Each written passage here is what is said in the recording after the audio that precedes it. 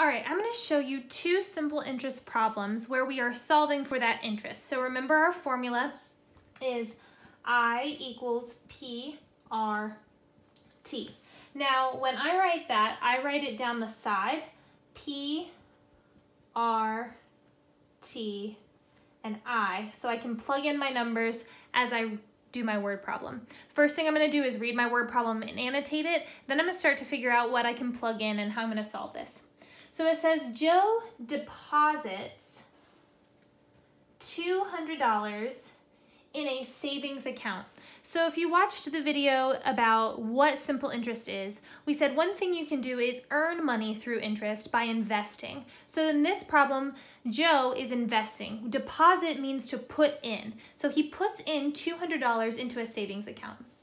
The interest rate, so I'm going to box that, is 6%. How much interest will he earn in 3 years? All right, so I have my notes in front of me. I see what all of my letters are. I can see exactly what they are in some examples. So I'm going to try to figure out how I'm going to plug in. So P is the principal, and I know the principal is the amount of money borrowed or invested. And this problem showed me that Joe deposited or invested $200. So my principal is $200. Now the interest rate is 6%. So I'm going to put 6% here, and I remembered that I have to write it as a fraction. So I'm going to put 6 over 100. Time, it says how much interest will he earn in 3 years? So my time is 3 years, and I don't know my interest because it's asking me how much interest. So I look at my formula. I have my P, R, and T. So what I'm going to do is I'm going to multiply those together. I'm going to do 200 times 6 over 100 times 3.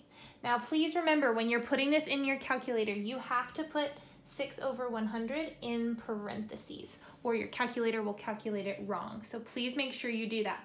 All right, once you put that in your calculator, you will see that the answer is 36. So the interest that Joe earns because he invested money is $36. Now we're going to do a problem where we have Jill borrowing some money. All right, I'm going to set up my problem first. I'm going to write PRTI.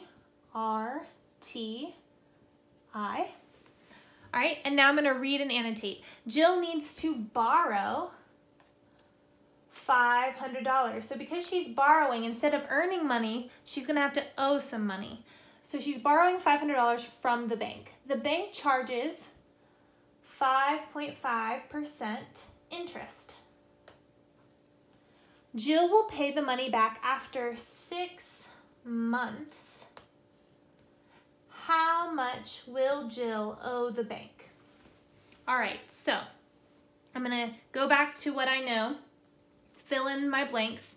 I know that P is my principal. It's the amount of money that I borrow or I invest, and we have Jill borrowing $500. So my P is 500. The interest rate, now if you'll see in this problem, they didn't use the word rate, so they might just say interest. Some students want to put it here, but that's the rate at which they're charging her. All right, so it's 5.5 over 100. That's how we have to write that to put it in the calculator. And then T is 6 months. Now, in the previous video where I described what each of the letters are, I tried to describe simple interest. I said one thing you have to be careful of with time is that time is in years. So if they give you months, you have to put that over 12. So I'm going to put 6 over 12.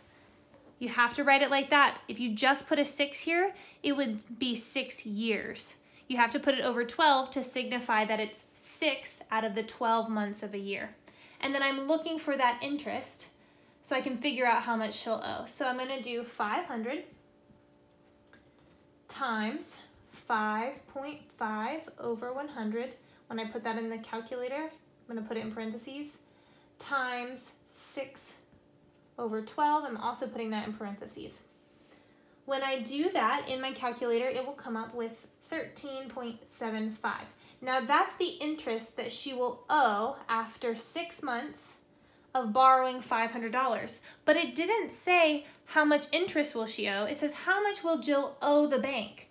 So Jill will owe the bank the $500 she borrows plus this interest. So to find my final answer, I have to do $500 plus $13.75. That will get me $513.75. That is what Jill will owe to the bank when she is done borrowing that money for the 6 months. The next video I'm going to do will have some examples of how to do this with when you're missing one of these and you are given the interest. So if you need to know how to do those, then look for those next videos.